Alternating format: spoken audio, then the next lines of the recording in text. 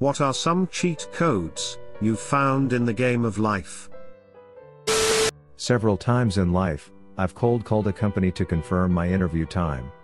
I didn't have one prior to my call, but in their confusion and inability to even find my resume, I've managed to secure an interview about 4 out of 5 times. Twice I've gotten the job. This is peak, act like you belong. Honestly, any HR would just ask who you've been contacted with before, and check with them, if you even have a name.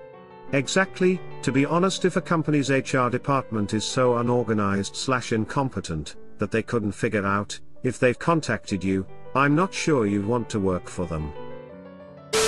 Ask questions about everything. Ask people about themselves. Be open about stuff you don't understand, and ask questions about that. When you forget someone's name, own up to it, and just ask them. I am amazed at how many people won't acknowledge even a tiny amount of ignorance, or won't show honest curiosity about something, can't admit they've forgotten something they feel is important, and won't ever ask for help. Guys, your life becomes so much easier if you just drop the ego and ask. The best advice I ever received was from my grandmother.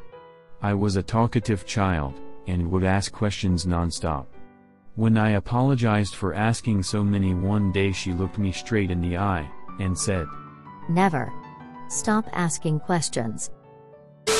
Smiling is magic.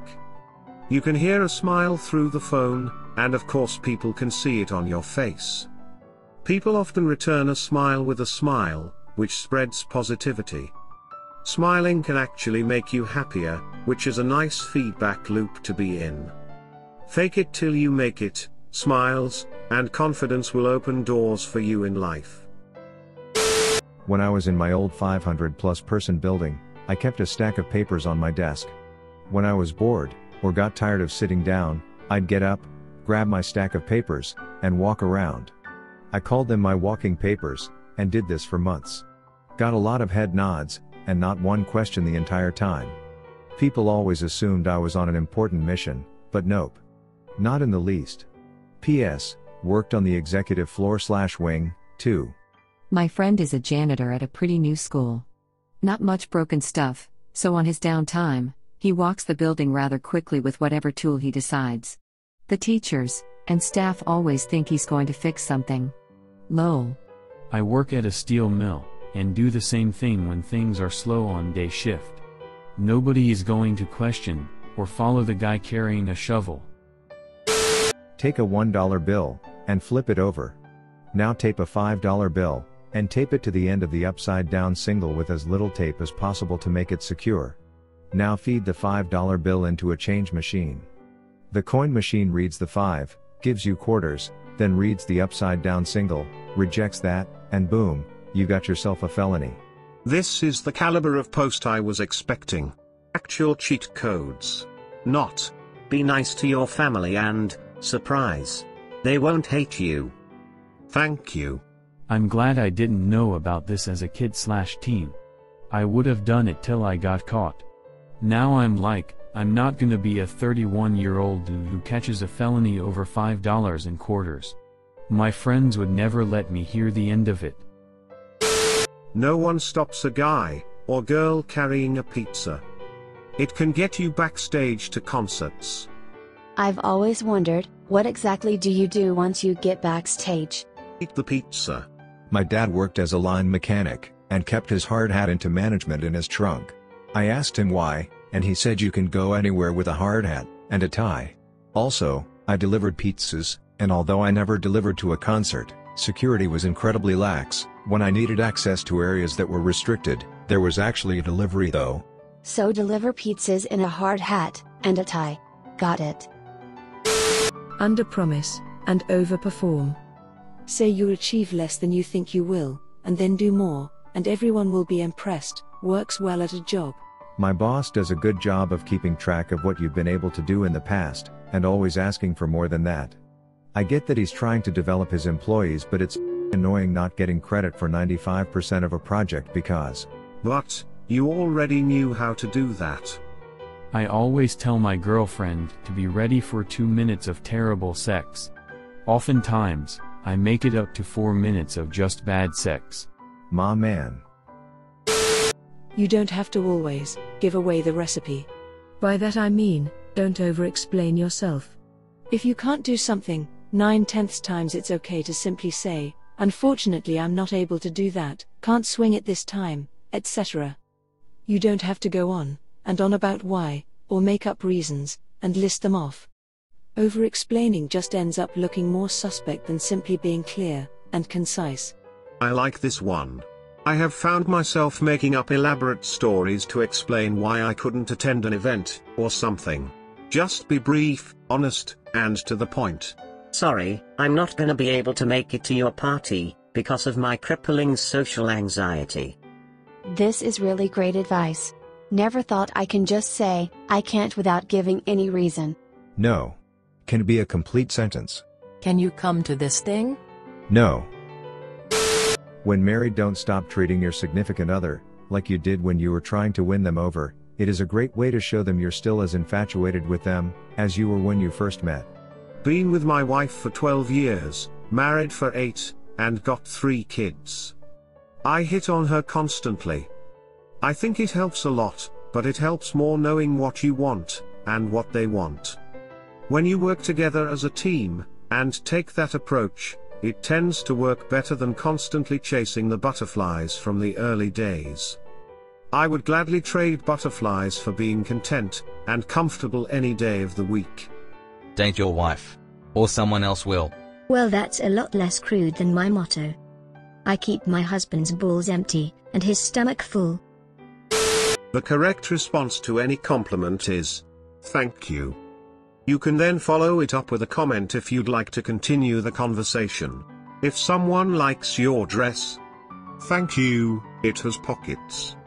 If someone compliments your art, thank you, I've been practicing. If someone asks if you're a professional singer because you have a good singing voice, thank you, I just sing for fun. Not only does it make you seem confident and self-assured, it tells them that they are right. That's a friendly thing to do. This even works if you don't believe the compliment. Saying, oh, no, I'm ugly. When someone compliments your appearance not only tells them that they're wrong, it makes you think of yourself as ugly. A better answer would be, thank you, I really appreciate that, and I don't always believe it, so hearing that from you helps. Hey, I like your shirt/hat/pants. Thanks, me too. That's why I bought it. Somehow yours is slightly more degrading. Yet it follows every rule of original poster's comment. Very interesting. I am an assistant teacher in a preschool. Asking if kids can use their sitting muscles and listening muscles during circle time makes the kids want to show me how strong they are. All good and well, until some kid flexes their sitting muscles too hard, and suddenly you've got a poopy pants emergency. She's dealing with 3 to 4-year-olds. Soiled pants are inevitable. Compliment your children with, you are a hard worker, and not, you're smart. Studies show that kids who think they're hard workers outperform kids who think they're smart. Can confirm. Was told I was smart as a kid, terrible worker. Edit, I don't mean to confirm this as causation, just my experience. If you weren't told you were smart as a kid, would you still be a terrible worker? That is the real question. This is growth versus fixed mindset, for those wishing to investigate further, and it is rock solid legit science. I can't get my teenage daughter out of this mindset. It doesn't matter how many times I've told her that she can be good at anything by working at it. I am not good at X. Is her mantra for many things. Basically she believes that people are good at stuff, or they aren't, and that's that. It drives me nuts. It's a really self-defeating way to approach life, and it's discouraging to observe. And I feel largely powerless to affect that. As an adult you can tell almost any kid who is running to stop running, and they will. Man, you know way better kids than I do. I'm calling bullshit on this one. Source, was lifeguard for 5 years. Walk please. Gets almost no play. Stop running. Catches their attention only about half the time. Run faster. Will almost always make them stop and look at you quizzically, as they're not used to adults encouraging horseplay. Once you've got their attention through this method, you can tell them to walk. You become the people you surround yourself with. A pretty wise ex-drug user I worked with once told me, if you hang around the barber shop long enough, eventually you're going to get a haircut. basically, watch the crowd and the activities you surround yourself with. Damn. That's surprisingly deep. I mentally went through all of my hobbies just now, and realized I picked up most of them because someone close to me influenced me into trying them out. When someone says something true, say, "You're right," not, "I know." It'll make them feel better, and you've still shown everyone how awfully clever you are. I love you. "You're right." Works every time. And the opposite of that is the Socratic method. When someone says something you think is wrong, ask them questions to see why they believe there's two possible outcomes.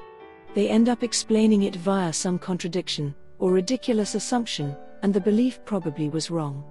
And getting them to explain it increases the chances they'll actually change their mind.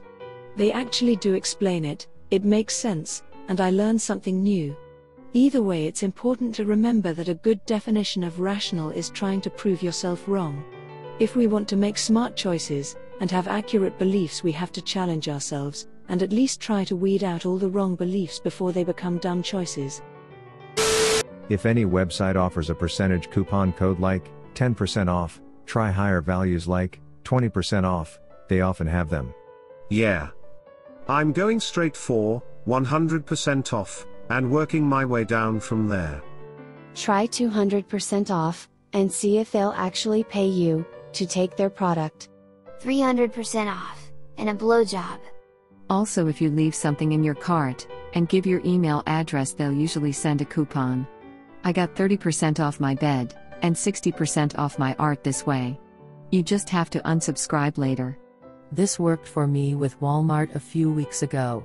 They didn't actively tell me the item was priced lower due to being left in my cart, but when I left it overnight and went back the next day, I noticed it was suddenly lower, while in my cart, but the same price on the actual site. Get a credit card like American Express Blue that has 3 to 6% cash back at groceries. Buy all your items at grocery store. I'll use Kroger as an example. You can buy normal groceries plus gift cards, Amazon, Delta, H&M, McDonald's, whatever, and get the cash back on that deal. Then, if you time it with their 4 times fuel rewards, you can save $1 per gallon, off gas up to 35 gallons. Altogether, the math works out to being 12 to 15% off pretty much everything, if I remember correctly. Been doing this for years. I'll plan large purchases from Amazon or Home Depot around their 4x fuel points so I can get the gift cards. Edit. This also includes Kroger stores that operate under a different name, in other words, King Soopers. I cannot overstate how much dressing well and being well groomed will impact your life. It'll drop the difficulty by 2 or 3 levels. No joke. People will treat you vastly differently. The opposite is also true. I did this but took it a step further, got my hideously misaligned teeth fixed, got braces as an adult, highly recommended if you never had it sorted as a kid, and holy shit, did the money spent pay for itself in no time. Think about it, the less resistance there is to a person wanting to make eye contact with you, the longer and more in-depth your engagements will be with those people, and the more confident you are in turn. This can lead to better jobs, promotions, etc. More edit. Yeah, probably should have mentioned it's more of a pay to win than a cheat code, but this actually does create a real sense of pride and accomplishment for the money spent. If you're genuinely pleasant to be around, and you show up when it counts, people will let you get away with a lot of slacking off. Can confirm. One of the reasons my boss puts up with a lot of my shit is because I do my job. I show up when scheduled, unless I'm sick as a dog, or I have a family emergency, and I don't cause drama. Untying a knot in a plastic bag, by twisting it tightly so that the part of the bag, past the knot, is made into a tight rope-like structure that can be pushed back through the knot. Untying it. I've used this a lot. Blinking fast for a minute to help fall asleep at night. Read it in another post. Tried it out one night when I couldn't sleep, and I was fast asleep within 3 minutes, guessing because I fell asleep quickly. Another one I heard, and have used on many occasions, when I haven't been able to fall asleep at my usual fast pace. Breathe in for 4 seconds, hold your breath for 7 seconds, then breathe out through your mouth for 8 seconds. Won't take many times of doing this, before you are out. I like to breathe slowly, and count my breaths backwards from 100, while visualizing the number I'm on in my mind. I rarely get to 0 before I'm either out, or too tired to continue, and pass out shortly after. I had very bad insomnia at one point, and this still worked surprisingly well. When my daughter was little, and still believed band-aids cured things, one time she had a belly ache, so I put one on her belly, and it made her feel better. Power of placebos. Believe in yourself. I know it sounds cheesy, but it's true. When you believe in yourself, anything is possible. Because you are no longer bound to the expectations of others. Your life truly becomes your own. Close runner-up would be awareness over your thoughts and emotions. More awareness, more control, less reactions, more happiness. Mindfulness plus meditation, plus cognitive behavioral therapy is the cheat code to self-awareness. Meditation to learn to recognize intrusive thoughts. Mindfulness to learn to think about your reactions in the moment. Cognitive behavioral therapy to learn metacognition and thought interruption. Life-changing practices that you can learn on YouTube in an afternoon. Thanks for watching. Be sure to check out my other videos. Also, don't forget to like, comment, subscribe and ring the notification bell.